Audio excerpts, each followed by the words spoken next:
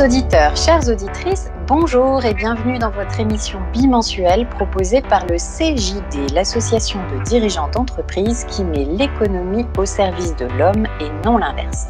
L'économie au service de l'homme, c'est le nom de cette émission et c'est notre devise. Restez avec nous sur Radio Clapas 93.5.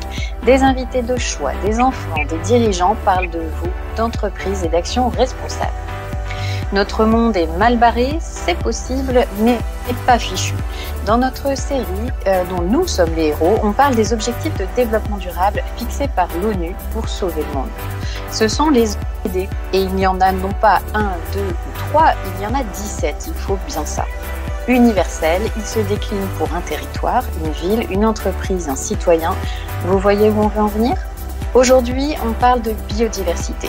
Et avant de vous en dire plus, bonjour à nos deux invités, Frédéric et Daniel, avec nos deux animateurs jeunes dirigeants, Richard, coach d'entrepreneur, et Thomas, dirigeant d'une agence de communication responsable. Richard ? Bonjour à tous. Je vais vous présenter Daniel. Daniel Killig est un scientifique de 34 ans. Il est biologiste de formation. Aujourd'hui, il est chargé de mission scientifique pour la Fondation pour la recherche pour la biodiversité. C'est une fondation créée en 2008 à la suite du Grenelle de l'environnement. Aujourd'hui, Daniel coordonne les travaux d'une centaine de chercheurs dans 45 pays du monde pour éditer un rapport commandé par l'ONU sur un usage durable de toutes les espèces sauvages. Il habite Montpellier, il travaille à Pérols à l'Office national de la biodiversité. Donc, vous l'avez compris, la biodiversité, c'est le jour et tous les jours. Bonjour à tous, et donc moi c'est Thomas et je vais vous présenter Frédéric Melki, qui est le fondateur de Biotop, un cabinet d'études qu'il a fondé en 1993, qui est basé à Metz, qui compte aujourd'hui 250 salariés et qui a pour vocation d'aider les entreprises et les collectivités à mieux prendre en compte la biodiversité dans leurs activités et dans l'aménagement du territoire. C'est un passionné depuis tout jeune par la nature, par la faune, la flore. Il est président d'une fondation d'entreprise pour la biodiversité et enfin, il est membre du comité national de la biodiversité. Et donc, avant d'entrer dans le vif du sujet, je repasse la parole à Virginie qui va nous dresser le portrait, comme à son habitude, de la biodiversité.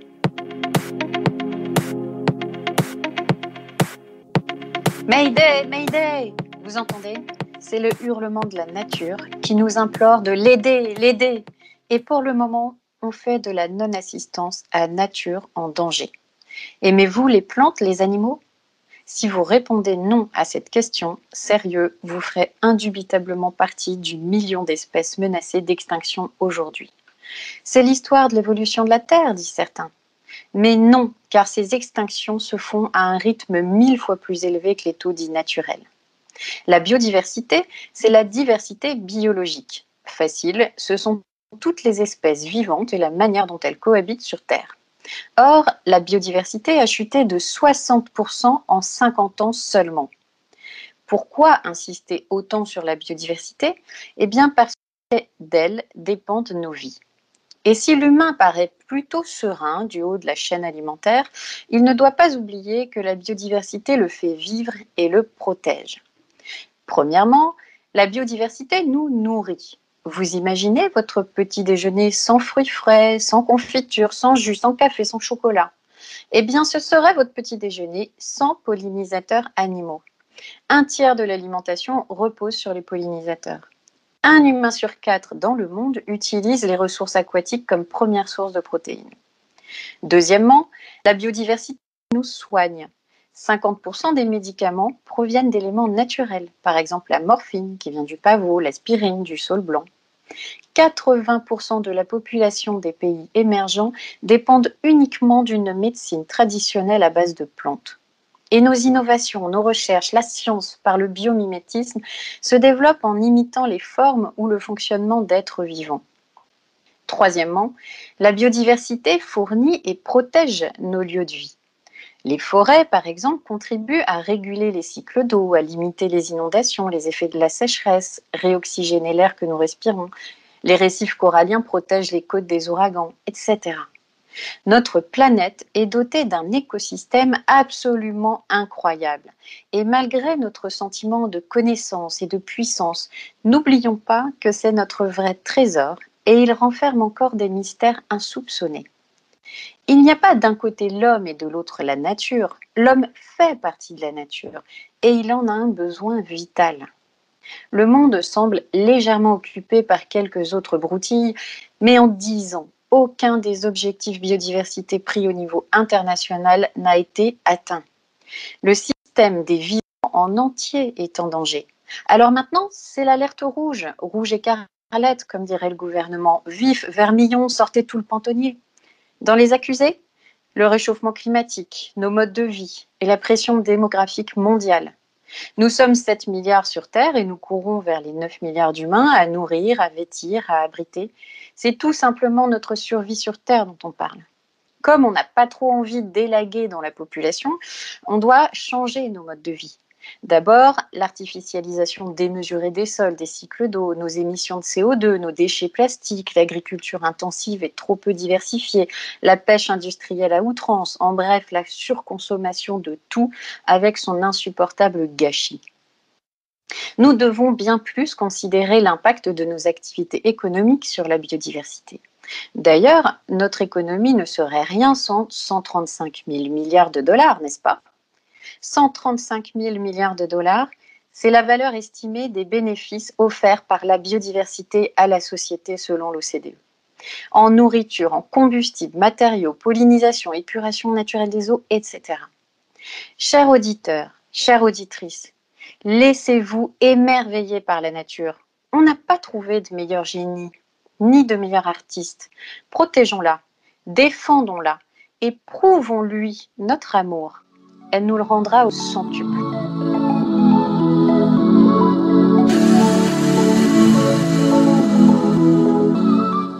Merci Virginie. Alors pour lancer le débat, avant de voir un petit peu quelles sont les causes de cette érosion de la biodiversité dont vous venez de nous entretenir, et de voir également ce qu'on peut faire à la fois à titre individuel et puis en tant qu'entreprise, j'aimerais poser une première question à nos invités. Quel est aujourd'hui l'état de la biodiversité en France ?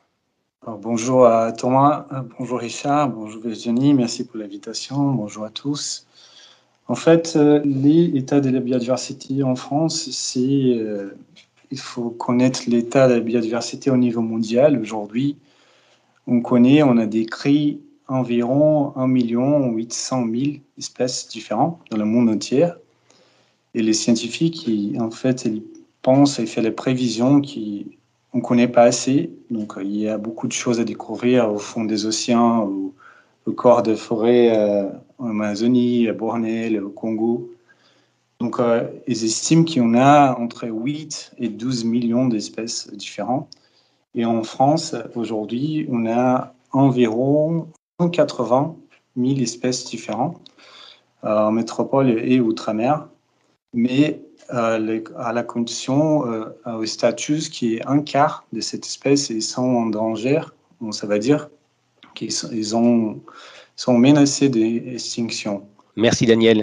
Est-ce que vous voulez ajouter quelque chose, Frédéric ? Non, effectivement, bonjour. À tous les auditeurs. Effectivement, Daniel a dit quelque chose de très important, c'est que on a effectivement des chiffres sur le nombre d'espèces connues, mais aujourd'hui il y a plus d'espèces inconnues que d'espèces connues. Compte tenu de la rapidité de l'érosion de la biodiversité, on peut estimer que très nombreuses espèces disparaissent avant d'avoir été identifiées, ne serait-ce qu'une fois, avant d'avoir été nommées. Et ça, c'est effectivement un problème. Donc, au-delà des chiffres, une chose est certaine, le nombre d'espèces vivantes sur Terre, si on prend en compte tous les groupes, depuis les micro-organismes jusqu'aux grands mammifères, est très supérieur à ce qu'on connaît. Ça, c'est une certitude. Et tous les jours, on découvre des espèces nouvelles. Et alors, du coup, on a parlé de la biodiversité dans le monde. Qu'est-ce qu'il en est sur l'espace, sur notre territoire, alors soit la France, soit notre région ? En fait, la France, c'est assez diverse, surtout en France métropole. On a beaucoup de paysages différents. La Camargue, c'est hyper riche en termes de biodiversité parce que ça fait en transition des écosystèmes de la mer, les étangs, on a les Cévennes juste à côté de Montpellier. Donc, on est assez diverse en termes de biodiversité. Je ne connais pas hyper bien les chiffres. Peut-être, Frédéric, vous pouvez m'en dire là, sur les chiffres françaises. Mais il faut savoir qu'en termes de biodiversité, la France est vraiment la chance, on va dire, parce que les écosystèmes sont liés aussi à l'espèce. Et on a aussi les Pyrénées, les montagnes, beaucoup de plages, le champ. Donc, c'est hyper riche et ça fait les connexions entre les pays aussi. On appelle les corridors de biodiversité. Et ça permet, comme la France en position centrale dans l'Europe, ça permet aussi la connexion des populations d'espèces entre la France, l'Espagne, l'Italie, l'Allemagne, etc. Et Oui. selon vous, Daniel, comment est-ce que la France, justement, appréhende de manière très concrète ces chiffres un peu effrayants de la biodiversité?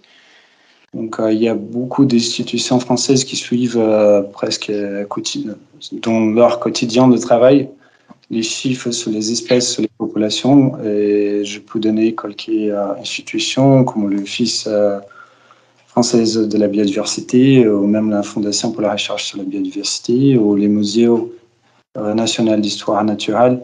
Ils suivent beaucoup les populations, les espèces différentes. Il faut toujours réfléchir aussi à la diversité d'espèces en Guyane, par exemple. C'est assez large, ou même en Nouvelle-Calédonie. On a beaucoup d'espèces marins et des coraux. Et c'est assez impressionnant les chiffres des espèces qui est sur la France, en fait. Oui, je vais peut-être préciser un petit peu les choses. Donc la France est un pays tout à fait singulier au niveau de l'Union européenne parce que la France possède des outre-mer qui sont très vastes et situés dans des zones biogéographiques. Alors c'est un terme un peu barbare, mais ça veut dire des zones géographiques du point de vue de la biodiversité. Donc des zones biogéographiques différentes et très différentes. Vous avez donc effectivement la France métropolitaine qui est dans la zone européenne, qu'on appelle le Paléarctique occidental, et au sein de l'Europe, même la France a une position centrale, puisqu'on a à la fois le domaine méditerranéen, le domaine atlantique, le domaine continental et des domaines montagnards, qui sont proches du domaine boréal. C'est-à-dire qu'on retrouve sur les montagnes, les hautes montagnes, les mêmes espèces que l'on retrouve par exemple en Scandinavie. Et la France, c'est le pays le plus diversifié d'Europe de ce point de vue-là, compte tenu de sa position, on va dire, centrale au niveau biogéographique. Et ensuite, la France, donc, si on prend en compte les Outre-mer, on a des territoires qui sont dans la zone océan Indien occidental, la Réunion, Mayotte. On a des territoires qui sont en Amérique tropicale, comme la Guyane, dont Daniel a parlé, qui est certainement le territoire le plus riche en biodiversité et de très loin. On a aussi dans les Caraïbes, on a dans la zone Pacifique, la Nouvelle-Calédonie, la Polynésie, même dans la zone boréale d'Amérique, avec Saint-Pierre et Miquelon. Et à tout ça, si on ajoute le domaine marin qui est lié à ces territoires ultramarins, on se retrouve effectivement avec une biodiversité absolument phénoménale. Ce qui veut dire, alors c'est une chance pour notre pays, mais c'est aussi une responsabilité très importante pour notre pays parce que on est responsable, notamment dans certains territoires, d'espèces animales et végétales qui sont endémiques, c'est-à-dire qu'on ne trouve que sur ces territoires. Et c'est extrêmement vrai sur les îles, sur les territoires insulaires. Bien souvent, dans les îles, on trouve des espèces que l'on ne trouve que là au monde. Donc, si nous, on n'y fait pas attention, du point de vue de l'État français, personne n'y fera attention et ces espèces disparaîtront de la surface de la planète. Merci. Et alors, une question, pourquoi est-ce que c'est si important de préserver des espèces endémiques que une majorité d'entre nous ne croisera jamais dans sa vie? Vous voulez que je réponde, Thomas? Voilà. Bon. Alors, mais ça, c'est toujours un vaste sujet. Hein. On pose toujours la question, la biodiversité, à quoi ça sert? À quoi sert la grenouille qui est... Je dirais, il y a deux types de réponses à apporter à ça. On peut lister à quoi sert objectivement la biodiversité pour l'homme, c'est-à-dire quels sont les services rendus par la biodiversité pour l'homme. C'est une vision, on va dire, utilitaire. Et on peut en parler très longtemps, c'est vraiment important. C'était d'ailleurs dans l'introduction de Virginie, hein, ça figurait. Les médicaments, la pollinisation, le support de culture, les sols. Le sol, c'est vivant, hein, la terre, c'est quelque chose de vivant. Sans sol, pas de culture. Sans sol, sans culture, pas d'alimentation. Les matériaux de construction, le bois, etc. L'eau de qualité qui est traitée par... C'est innombrable. Donc, on a besoin de la biodiversité pour vivre, tout simplement parce qu'on en fait partie. C'est une vision, on va dire, utilitaire. Mais après, on a une vision plus philosophique qui est de dire cette biodiversité était là avant nous, bien avant nous, et cette biodiversité, c'est un patrimoine merveilleux dont nous disposons et qu'on a le choix de conserver, de maintenir ou de détruire. Et là, on rejoint quelque chose qui est de l'ordre du culturel. On peut se dire aussi à quoi sert une cathédrale extraordinaire. C'est un peu le même sujet. Et une espèce rare et endémique, eh ben je dirais, c'est un trésor qui nous est offert. Conservons-le. Oui, c'est bien, Frédéric. Je crois qu'il a donné une belle réponse. C'est juste pour ajouter quelques mots là-dessous. Pourquoi ça sert à une espèce endémique et pourquoi la préserver et la conserver? En fait, je crois qu'il a bien parlé, mais aussi il faut partir de moments qui vont réfléchir sur le respect de l'être vivant.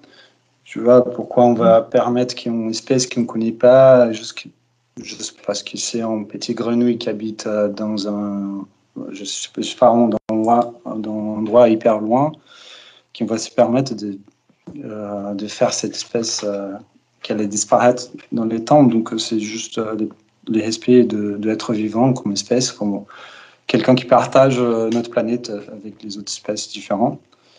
Et aussi, comme il a bien parlé, du côté utilitariste de la nature, il y a plein d'espèces qu'on ne connaît pas, qu'on est en train de connaître et de décrire chaque jour, qui ça peut nous aider avec la bioproduktion, par exemple, le découvrement de nouveaux médicaments. Il y a beaucoup de gens qui dépendent de cette espèce aussi pour maintenir sa culture dans plusieurs pays. Donc, Frédéric a bien parlé, c'est un trésor qu'il faut faire hyper attention à toutes les espèces, n'importe la taille, le type, et qu'on doit vraiment donner beaucoup d'efforts pour les conserver. Merci Daniel.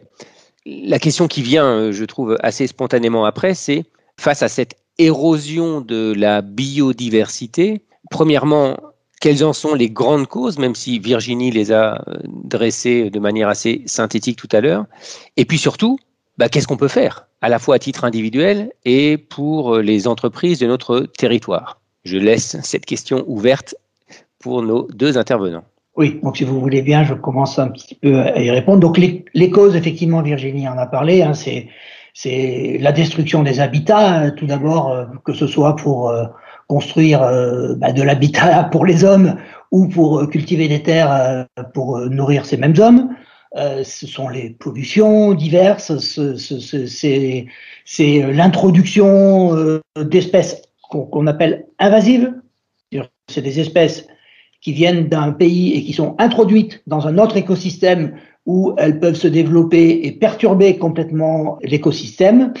Effectivement, c'est aussi l'exploitation directe des espèces par que ce soit la pêche, que ce soit la chasse ou que ce soit le commerce d'espèces exotiques qui pose des tas de problèmes. J'en oublie peut-être, mais voilà, c'est un petit peu le gros des atteintes à la biodiversité, ce sont bien celles-là. Peut-être Daniel veut compléter. Oui, merci Frédéric. Oui, tout à fait. C'était les 5 causes majeures. En fait, l'année dernière, en France, à Paris, il était publié un gros rapport international qui était fait pour la plateforme intergouvernementale sur la science politique pour la biodiversité, le IPBES, qu'on appelle les petits frères de GIEC, qui travaillent sur les changements climatiques. Et dans ce rapport mondial sur les statuts de la nature au niveau global, ils ont identifié les 5 causes majeures de la perte de la biodiversité, de l'érosion de la biodiversité, et comme bien fait Frédéric, et listé la fragmentation de l'habitat, la sous-exploitation, la pollution, les espèces exotiques invasives, mais aussi, je peux ajouter un 5e, c'était le changement climatique, qui ça aide aussi pour la acidification des océans, donc ça aide pour la perte de récifs des coraux, par exemple, ou la modification des cycles de reproduction quand on a de saisons plus longues d'hiver, au été, par exemple. Et bien sûr, ça va nous toucher sur l'élévation du niveau de la mer. Ça va toucher beaucoup des populations, spécifiquement au Pacifique. Donc, je crois que c'est ça. Oui. Merci, Daniel. Et alors, je vous repose tous les deux ma question, c'est qu'est-ce qu'on peut faire à titre individuel et à titre collectif lorsqu'on est une organisation? Bon, alors là, il y a beaucoup de choses à faire. Les deux, mais c'est pas simple du tout. Hein, je dirais que ce qu'on peut faire à titre individuel, il faudra le faire, il faut le faire, et à titre collectif, c'est effectivement un sujet à mon avis qui est le plus important. Hein. C'est comment on peut freiner cette érosion de la biodiversité. Alors là, moi, c'est ma position personnelle. On peut faire des choses, mais c'est difficile. Et parce que Virginie l'a bien dit, hein, la démographie humaine c'est le sujet le plus difficile en fait, parce que on est entre 7 et 8 milliards d'habitants sur la planète. Les projections de population nous amènent un maximum entre 9 et 11 milliards, je crois. Je suis à peu près certain que si on arrive effectivement à 11 milliards, ça va être très très compliqué de maintenir des espaces naturels riches en biodiversité sur l'ensemble de la planète. Ça va être très très compliqué. Alors ça c'est une cause qui est clairement identifiée. Moi je trouve qu'on n'en parle pas assez. Hein. Il s'agit évidemment pas de prendre des mesures brutales, mais déjà en parler, déjà le dire tout simplement, hein, que c'est effectivement la cause principale de l'érosion de la biodiversité, parce que qui dit population dit nourriture, dit habitat, dit transport, dit réseau, dit consommation d'énergie, etc. Et dit également changement climatique, parce que on en parlera certainement, le lien entre changement climatique et biodiversité est très fort.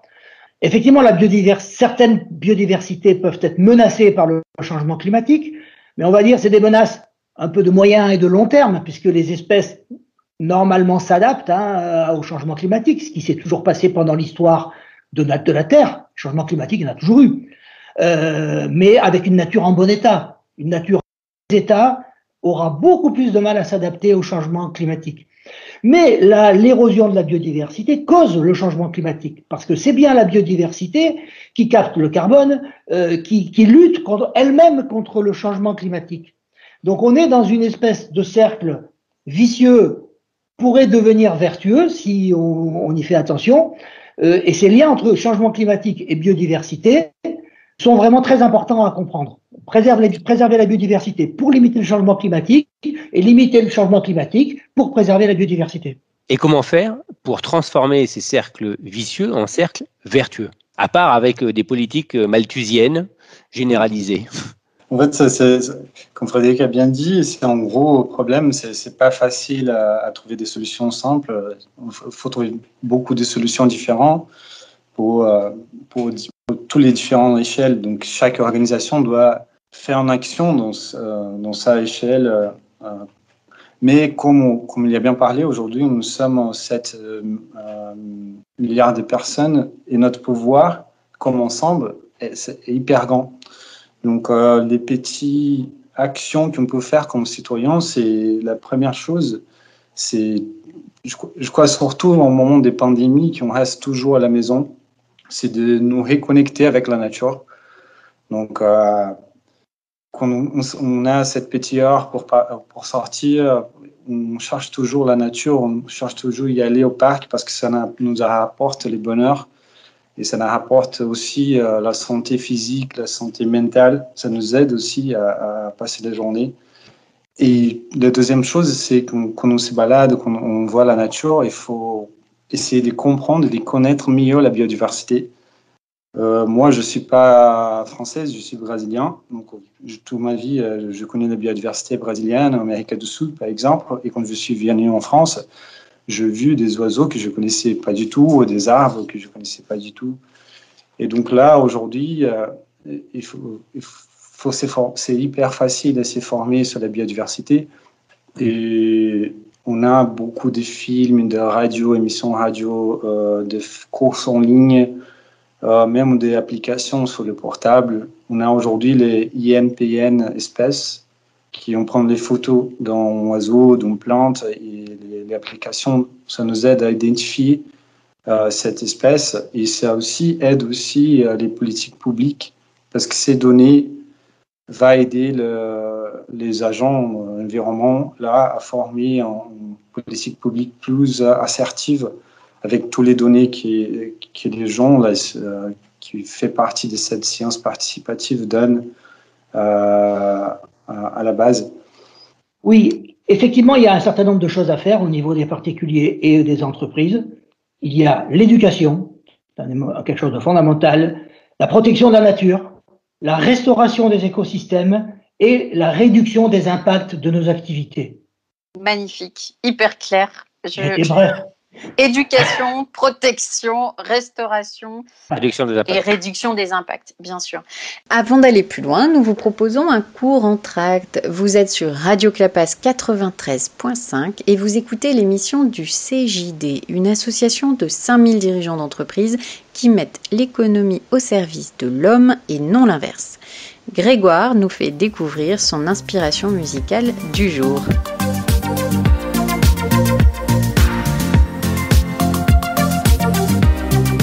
Vous êtes toujours dans l'émission L'économie au service de l'homme du Centre des jeunes dirigeants sur Radio Clapas 93.5.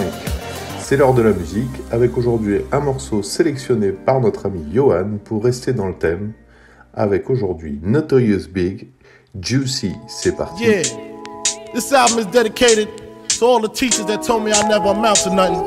To all the people that lived above the buildings that I was hustling from that called the police on me when I was just trying to make some money to feed my daughter. Yeah.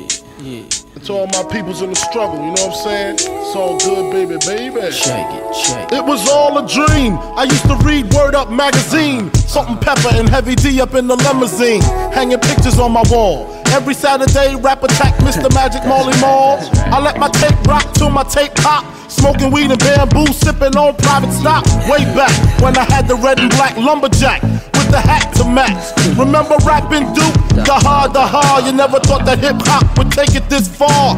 Now I'm in the limelight cause I rhyme tight. Time to get paid, blow up like the world trade.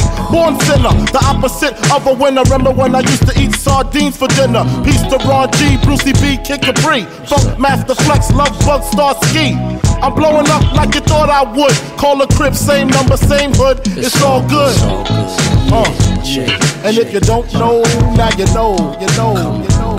You know very well who you are. Money helps work control. Don't let them hold you down. Reach for the stars.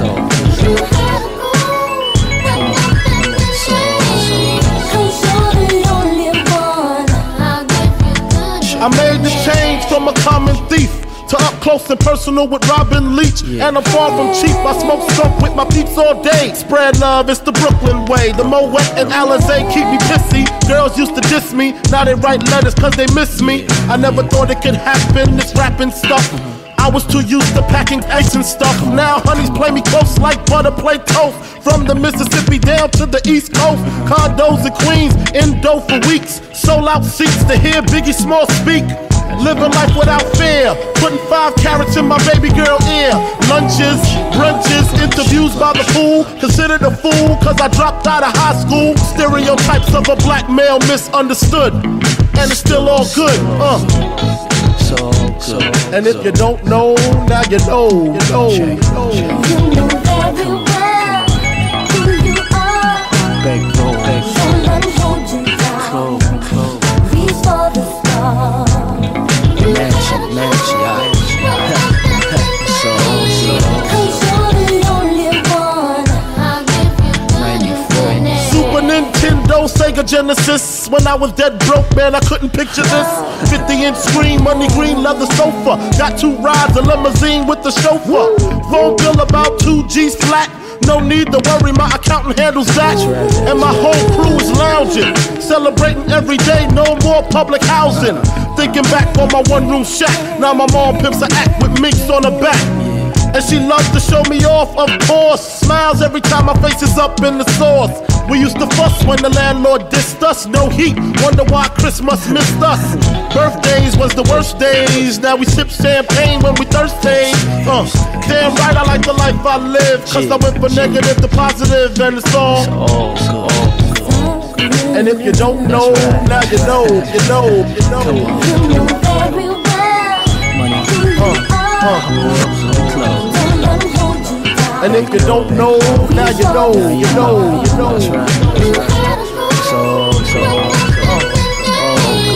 Cause you're the only one. And if you don't know, now you know, you know, you know. Let me beat down in the house. Junior Mafia, Math Flavor. I see you, I see you. Yeah. Alright.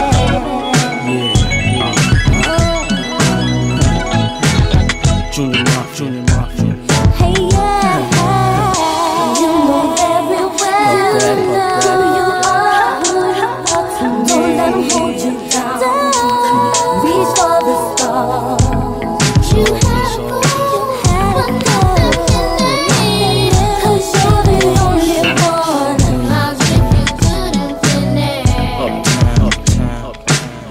Money earning, my burning. South Central.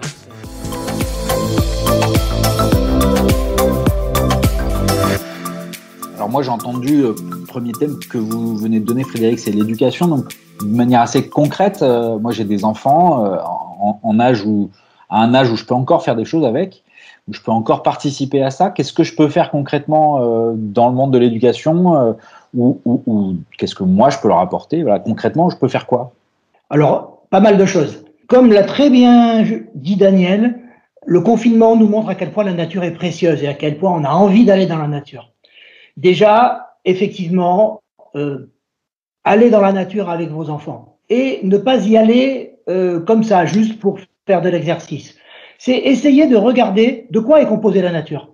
Parce que le promeneur qui n'est pas averti voit une espèce de synthèse de la nature quand il se promène en forêt, quand il se promène en montagne. Mais le naturaliste, c'est-à-dire la personne qui commence à connaître, va regarder de quoi est composée cette synthèse.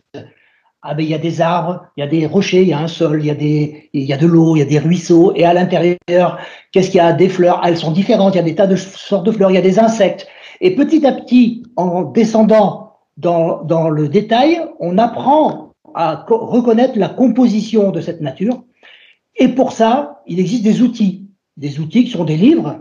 J'en parle parce qu'effectivement, nous publions des livres sur la nature depuis presque 20 ans, plus de 20 ans, 1996. Et ces livres sont des livres qui peuvent être techniques, mais aussi des livres d'initiation. Et donc, avoir un livre qui permet de reconnaître les oiseaux et les animaux qu'on a autour de chez soi et prendre le temps d'essayer de les observer.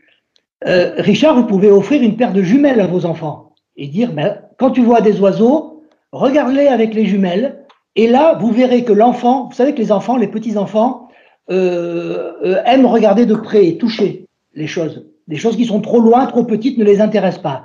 Et les jumelles rapprochent l'oiseau, ils ont l'impression qu'ils peuvent le toucher, Et là, ils vont y avoir un intérêt. Et avec un livre, vous avez une planche où vous avez tous les oiseaux du jardin, par exemple, et vous lui dites, d'après toi, c'est lequel? Ah non, mais regarde, la gorge est rouge, le bec est jaune, les pattes sont noires, elles sont pas roses, etc. Et vous lui apprenez à regarder ces petits détails qui sont des détails qui permettent de distinguer les espèces les unes des autres. Et ça, c'est le début de l'apprentissage. D'abord, c'est très formateur du point de vue intellectuel. C'est ce qu'on appelle l'intelligence naturaliste. C'est un type d'intelligence qui permet, qui exige de regarder vraiment le détail et la composition des choses avec précision. Et c'est un jeu aussi des 7 erreurs et les enfants adorent. Et puis il y a plusieurs études aussi, j'ai lu, qui ont montré que les enfants dans la nature développent considérablement plus que les autres leur capacité d'adaptation, leur capacité de concentration, j'avais vu, et pour faire plus rapidement des connexions en fait entre les choses. Absolument. Ça développe les sens aussi, parce que vous avez la vue, vous avez l'ouïe, on peut apprendre à reconnaître les chants d'oiseaux. Il existe des disques, enfin des fichiers qui permettent de reconnaître les chants d'oiseaux, les odeurs. Vous savez, par exemple, moi je suis mycologue aussi, j'étudie les champignons, parce qu'à la base je suis docteur en pharmacie, donc j'ai beaucoup travaillé sur les champignons. Et ben les champignons s'identifient presque beaucoup à l'odeur. On sent les champignons, on les goûte, et donc ça développe tous les sens. Daniel, vous nous parliez aussi en balade de l'intérêt d'avoir quelques applications qui peuvent être téléchargées sur des smartphones. Oui, c'est ça. Donc aujourd'hui, c'est pas facile, même pour moi. Je connaissais pas hyper bien la biodiversité en France et en Europe. Et avec cette application, ça me permet de connaître mieux les arbres, les espèces d'oiseaux. Donc on a pas mal aujourd'hui qu'on peut télécharger gratuitement pour identifier les espèces. Je parlais des INPN espèces, c'est là que moi je connais mieux, mais il y a aussi iNaturalist, PlantNet, Oiseaux en poche, etc. Il y a quelques-uns aussi hyper concentrés sur les jardins, sur les potagers, pardon. Donc on peut l'utiliser. Et ça aide aussi beaucoup la science. Vous imaginez, on a une application comme celle-là, on a 1 milliard et milliards de photos par an, et ça permet des scientifiques d'analyser toutes ces données en France, en Europe entière, et ça aide aussi de trouver et désigner les politiques publiques plus assertives pour la protection, conservation des espèces en général. Merci Daniel. Frédéric, vous nous disiez, vous avez employé un mot qui m'a interpellé, qui est la restauration de la biodiversité. Je trouve que c'est un terme qui donne espoir, parce que souvent on nous dit qu'une espèce qui est éteinte, eh bien c'est une espèce perdue. Et donc je vous pose la question, est-ce qu'on peut restaurer la biodiversité? Oui, absolument. Alors, une espèce disparue, c'est très difficile. Aujourd'hui, pour l'instant, on ne restaure pas les espèces disparues. Mais l'intérêt de la restauration, c'est de le faire avant que les espèces disparaissent. On peut, sur des milieux naturels en danger ou des milieux naturels qui ont été dégradés, on peut les réparer. Aujourd'hui, la nature est un terme qui est aujourd'hui très à la mode, c'est la résilience. La nature, naturellement, est résiliente parce que les espèces ont appris à se battre pour leur survie depuis des millions d'années. Et donc, à partir du moment où on leur laisse une chance de se refaire, elles la prennent, elles la saisissent. Et donc, des milieux qui ont été pollués, des milieux qui ont été défrichés, des milieux qui ont été détruits, perturbés, peuvent être, avec des techniques de génie écologique, donc c'est le terme qu'on utilise, restaurés, c'est-à-dire réparés et rendus à la nature. Et concrètement, alors, ça se présente comment, ces opérations de restauration? Alors, ça se présente, par exemple, quelque chose qui marche très bien, c'est la restauration des zones humides. C'est-à-dire des zones qui sont à mi-chemin entre l'eau et la terre, les marais, les mares, etc. Donc, lorsqu'une zone humide a cessé de fonctionner, elle est devenue, par exemple, il y a un cas qu'on a traité à un projet qu'on a mené à bien en Chine, en Mandchourie, qui est le nord de la Chine, où un grand lac était une zone de halte migratoire pour les grues de Sibérie, qui nichaient en Sibérie et qui allaient passer l'hiver en Australie s'arrêtaient par milliers sur ce lac pour se reposer, manger, etc. et poursuivre leur migration. Et ce lac avait été complètement transformé pour l'irrigation agricole. C'est-à-dire que les berges du lac avaient été transformées en champs et le lac lui-même avait été surcreusé pour avoir un réservoir d'eau. Et donc les grues qui arrivaient de Sibérie ne pouvaient plus se poser sur le lac puisqu'il n'y avait plus de quoi manger, l'eau était trop profonde, elles ne pouvaient pas se poser. Et donc on a fait un projet qui a duré 4 ans, qui a été fait par l'Agence française de développement, où on a complètement restauré le lac, c'est-à-dire qu'on a rétabli des zones en eau de faible profondeur.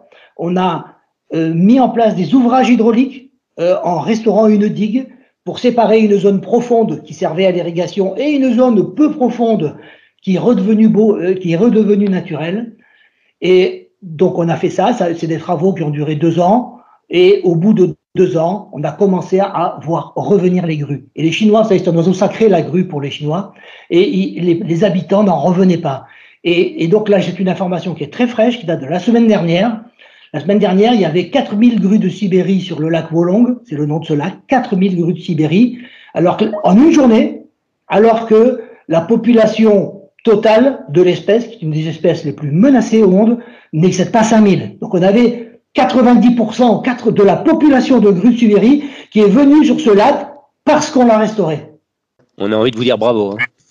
C'est gentil. Mais on est très très fiers de ça, effectivement. Bravo, très c'est heureux. super.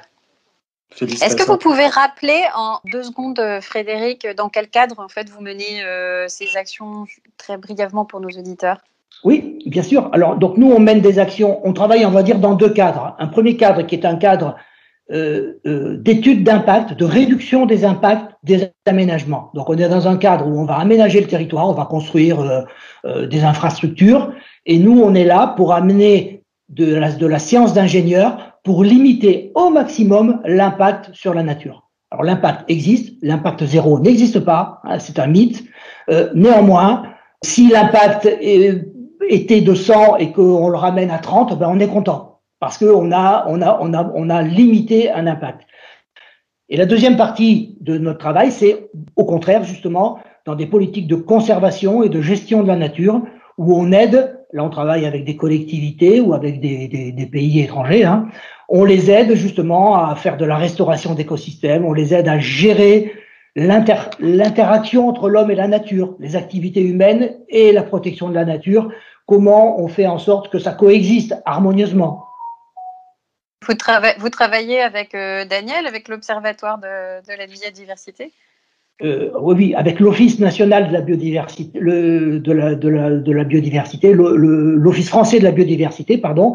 Oui, bien entendu. C'est un client, un partenaire. Enfin, on travaille très très régulièrement avec l'Office français de la biodiversité.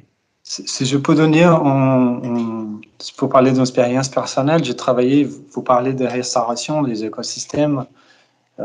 J'ai travaillé pendant 12 ans en Australie comme restaurateur d'espaces dégradés. Donc, ma fonction au quotidien, c'était d'y aller en différents endroits pour planter des arbres. Et donc, c'était hyper joli. À chaque endroit, la problématique est différente. Il y avait des kangourous qui mangeaient les petites plantes. Donc, c'était hyper joli comme on travaille. Mais une chose qui c'était fascinant, quand j'ai bossé, je travaillais pendant 12 ans, on pouvait voir chaque semaine l'évolution de toutes les plantes, de tout l'environnement qui remonte. Et c'est pas juste les plantes, mais c'est les animaux, ils commencent à revenir. Il y a les oiseaux, les insectes, les pollinisateurs, de toute cette faune et flore qui construisent l'ensemble et leur interaction écologique. Donc, c'était assez joli. Et on rêve vraiment, qu'est-ce que moi, comme citoyen, je pouvais faire. À l'époque, je travaillais comme écologiste, donc j'ai été payé pour faire ça. Mais chaque semaine, on avait des bénévoles. Donc, c'est des gens qui étaient... Et moi aussi, j'étais bénévole dans un autre endroit. C'est des gens engagés, qui engagent 1, 2 ou 3 heures par semaine pour aider à planter des arbres. Et ça aussi aide les institutions, mais aussi ça apporte des connaissances et de sens pour les gens qui ont envie d'aider l'environnement. Ça me permet de rebondir sur une question, Daniel, que j'adresse à Frédéric. Concernant les entreprises privées, Daniel vient de nous parler de bénévoles. Vous nous disiez en préparant cette émission qu'elles pouvaient éventuellement recourir à du mécénat biodiversité. Est-ce que vous pouvez nous expliquer un petit peu en quoi ça consiste ? Bien entendu. Voilà, donc les entreprises sont concernées peut-être à deux niveaux, c'est un petit peu nos deux métiers, hein. Elles ont des obligations réglementaires à respecter pour leurs aménagements via les études d'impact sur l'environnement, via le fait d'éviter les impacts, de les réduire ou de les compenser. Et deuxièmement, elles peuvent avoir des actions volontaires qui vont au-delà de leurs obligations réglementaires parce qu'elles sont sensibilisées à la protection de la biodiversité, elles ont intérêt à la protection de la biodiversité parce que l'économie globale dépend de la bonne santé de la biodiversité et elles ont envie de le faire savoir. Donc là, il leur est possible de faire du mécénat, c'est-à-dire de participer au financement de la connaissance et de la restauration de la biodiversité. Et ça, c'est en France, on a des outils qui sont très performants, qui permettent aux entreprises de défiscaliser l'argent qu'elles mettent en mécénat. Et alors c'est très commun pour le mécénat culturel. Tout le monde connaît les entreprises qui sont partenaires ou sportifs, qui sont partenaires de spectacles ou d'équipes de foot ou de cyclisme. C'est aussi possible de le faire pour la biodiversité et c'est quelque chose de très satisfaisant. Je dirais de plus en plus d'entreprises sont très sensibilisées et ont envie de le faire. Ok, on arrive au terme un peu de cette émission. J'ai envie de vous poser à chacun d'entre vous de vous mettre un petit défi. Donc je vais vous demander 3 choses nouvelles à faire dans sa vie et puis 3 choses à ne plus faire ou plutôt comment faire autrement. Voilà. Donc par exemple, aller en vélo au boulot plutôt qu'en voiture, ok, c'est plutôt faire. On sait que dans la vie, bon voilà, moi mon métier de coach m'amène à comprendre ça, c'est que c'est très compliqué d'entre nous pour beaucoup d'entre nous d'arrêter. C'est toujours plus facile de remplacer. Donc voilà, 3 nouvelles choses à installer dans notre quotidien et 3 nouvelles choses qu'il ne faut plus faire ou plus exactement comment les faire autrement. Je vous envoie la parole. Commence qui veut. Ta bataille fait rage là.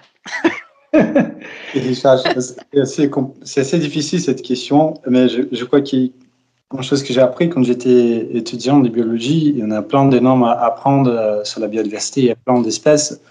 Donc un challenge que je lance, c'est de chaque fois que vous sortez, vous essayez d'apprendre juste un nom d'une espèce, un arbre. D'essayer juste de comprendre, d'identifier un seul parfois. Et ça, à la fin de l'année, ça va vous permettre de connaître presque toute la biodiversité autour de toi, autour de vous. L'autre chose, c'est pas facile, c'est essayer de réparer votre produit au lieu d'acheter en nouveau. Donc, de donner une vie plus longue à votre vélo, chaussures, vêtements, et réparer vous-même au lieu d'acheter en nouveau. Et à Montpellier, on a de Repair Café. C'est des endroits où on peut utiliser des outils. Parfois, il y a des ateliers assez intéressants. Pour le troisième, le défi, c'est de se mettre dans la peau de votre enfant et essayer de trouver des jeux et comme les passer cette challenge de préserver la biodiversité et en essayant d'avoir le monde avec les yeux d'un petit enfant. Et ça, je ne sais pas comment faire. Ça, j'essaye tous les jours. Merci Daniel. Frédéric. Oui, c'est pas très simple ces questions. Alors moi je vais dire peut-être et puis Daniel ayant commencé, ça m'en a enlevé quelques-uns. Peut-être quelque chose qui moi j'aime bien et que je pense qui est très formateur, c'est d'apprendre à photographier la nature. Faire des photos, c'est garder un souvenir de ce que l'on observe, c'est apprendre à marier connaissances scientifiques et émotions artistiques. c'est apprendre également à garder un témoignage pour ensuite pouvoir rechercher ce qu'on a vu. Voilà, c'était autrefois on disait on apprend à faire un herbier, on peut toujours faire un herbier pour les petits enfants. Apprendre à faire des photos de la nature, par exemple, on va photographier les petites bêtes qu'on trouve, on va photographier les fleurs, et soit avec les outils informatiques dont Daniel a parlé tout à l'heure, on peut identifier ce que c'est, soit avec des livres, on peut ensuite essayer de voir ce que l'on a fait. Et une fois qu'on a fait ça, peut-être quelque chose qui pratique beaucoup dans le monde anglo-saxon, c'est vous faites la liste des animaux de votre jardin ou des animaux de votre quartier. Et vous regardez tel oiseau, telle plante, etc. Vous allez chercher des listes et vous cochez, c'est le terme qu'on utilise, vous cochez sur la liste ce que vous avez vu. Et le jeu, c'est d'en voir le plus possible. Bon, c'est top. Merci pour ces Et Thomas, conseils. Richard, vous vous êtes fixé un défi là-dessus? Moi, je viens d'acheter des outils pour réparer mon vélo. Premier Et moi, point, alors. Et moi, je me lance en permaculture. Magnifique. Moi, je me suis fixé un challenge de réduire considérablement mes déchets plastiques parce que je sais qu'ils ne sont pas bien recyclés, qu'ils polluent énormément et impactent aussi la nature. Ça fait beaucoup de jeux, d'exemples, de bonnes idées. Frédéric? Oui, petite remarque, quelque chose de très actuel. On va avoir un gros problème avec les masques en termes de déchets. Très gros problème. Savoir que ça n'est pas biodégradable. On croit que c'est du papier, pas du tout. Des dérivés de pétrole, et ce n'est pas biodégradable, très très lentement. Donc c'est un vrai sujet. C'est un vrai sujet, et je ne sais pas du tout comment. Le tissu, évidemment, est préférable au masque jetable, mais il y a certains cas où on est obligé d'avoir un masque jetable. Je pense que les fabricants, je pense qu'il y a une vraie réflexion, parce que faut pas se leurrer, même si on a un vaccin contre le coronavirus, demain on aura un autre virus. Il faut que ce sujet soit pris vraiment à cœur et assez vite. Moi, je fais pas mal je vais souvent en mer, je fais de la plongée. On voit de plus en plus de masques dans l'eau. Merci infiniment à tous les deux. On ne voit pas le temps passer avec vous. L'heure tourne sur Radio Clapas 93.5. Frédéric Melki avec Biotop, Daniel Kelling avec l'Office national de la biodiversité. Quel serait le mot de la fin que vous souhaitez adresser aux auditeurs pour qu'ils repartent avec maintenant? Daniel, vous commencez? Oui, commencer, oui.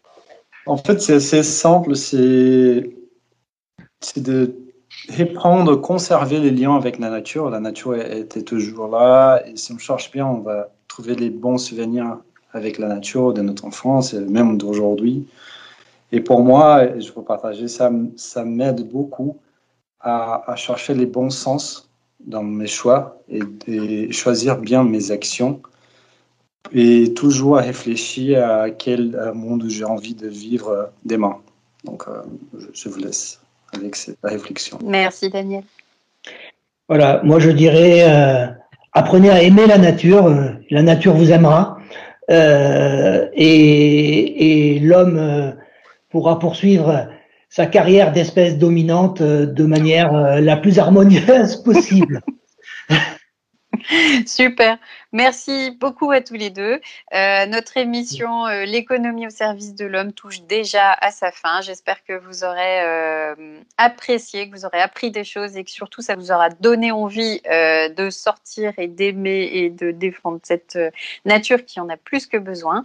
Avant de vous dire au revoir, nous souhaitons partager avec vous, grâce à Anne, quelques minutes pour parler d'intelligence collective.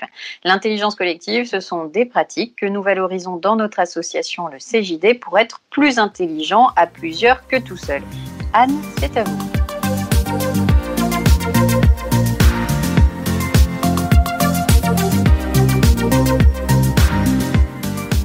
Merci Virginie et bonjour à tous les auditeurs de l'émission du Centre des jeunes dirigeants sur Radio Clapas. Lors de ma dernière chronique, j'ai abordé l'existence d'une intelligence collective au sein du vivant, avec la création notamment de symbioses permettant à des espèces dont la nôtre de passer à un degré de complexité supérieur. L'humain est une espèce extrêmement coopérative. Dans les situations de catastrophe, par exemple, il a été observé que surgissent des comportements altruistes d'entraide et de solidarité, avec des formations spontanées de groupes qui se mettent d'accord sur la règle commune de fonctionnement. C'est de l'intelligence collective. Certains scientifiques vont même jusqu'à dire qu'il existe un gène de l'altruisme et que la sélection naturelle privilégierait au sein des espèces les individus qui en seraient porteurs. Cette théorie de l'évolution se retrouve dans la théorie des jeux. Alors, qu'est-ce que la théorie des jeux? La théorie des jeux se définit comme une branche des mathématiques qui analyse les interactions entre les personnes, notamment lorsque les individus observés ont des intérêts divergents. Cette théorie a notamment été utilisée en économie pour comprendre nos choix. Il y a une expérience très célèbre dans la théorie des jeux qui s'appelle le dilemme du prisonnier. Imaginez qu'avec un ami, vous cambriolez une banque. Vous êtes arrêté par la police, mais il n'y a pas de preuves, et chacun de vous est amené dans une salle individuelle, dont vous ne savez pas du tout ce que votre ami dira ou fera. Et voici quels sont vos choix. Si vous et votre ami niez, la police n'ayant pas de preuves formelles, vous ressortirez libre, vous ne ferez pas de prison. A priori, ça paraît plutôt pas mal. Mais si l'un de vous deux avoue, sa peine de prison sera de 5 ans seulement, alors que celui qui n'a pas avoué aura 10 ans. Et si tous les deux vous avouez, comme faute avouée est à moitié pardonnée, vous ne ferez que 5 ans. Que feriez-vous? Il est évident que la meilleure solution serait que vous n'avouiez pas et que votre ami non plus. Mais êtes-vous sûr que votre ami ne voudra pas la jouer un peu personnelle, sécurité, et s'assurer qu'il n'aura que 5 ans? Et dans ce cas, n'auriez-vous pas vous-même intérêt à avouer le premier et à prendre vos 5 ans plutôt que d'avoir 10 ans parce que vous avez fait confiance? Et donc, jusqu'à quel point faites-vous confiance et connaissez-vous bien votre ami? Et jusqu'à quel point lui-même vous connaît-il et vous fait-il confiance? Ce dilemme montre que la rationalité individuelle des joueurs ne débouche pas forcément sur une rationalité collective. Et d'ailleurs, les joueurs placés dans le dilemme du prisonnier choisissent majoritairement de trahir leur complice et d'avouer. Donc là, je vous entends vous dire, tout ça n'est pas très prometteur en termes de coopération entre humains et d'intelligence collective. Eh bien, en fait, si. Parce que quand les chercheurs ont étudié des situations réelles de dilemme du prisonnier, telles que la course à l'armement entre pays, des situations de dopage, des politiques de protectionnisme, ils se sont aperçus que les individus, les pays concernés cherchaient spontanément de la coopération ou que des régulateurs se mettaient en place. Et ça, c'est quand même très très encourageant.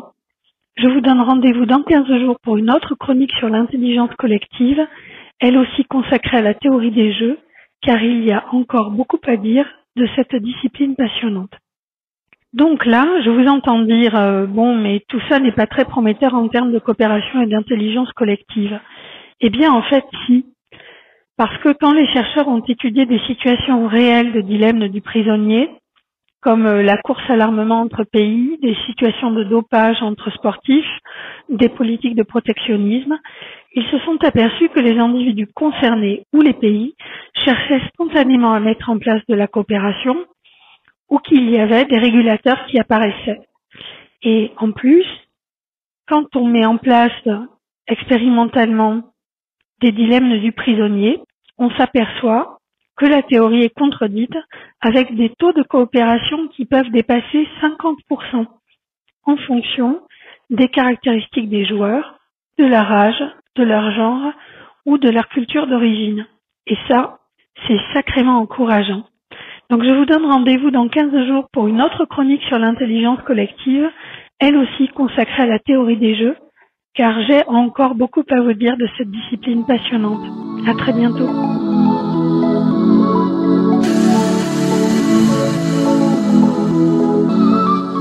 Et nous voilà l'émission L'économie au service de l'homme dédiée à la biodiversité. Un grand merci à nos deux invités, Frédéric Melki et Daniel Killing, à l'équipe de Radio Clapas Thomas et Richard, jeunes dirigeants du CJD, qui éclairent un bout d'économie responsable, comme on le fait tous les mardis à 17h.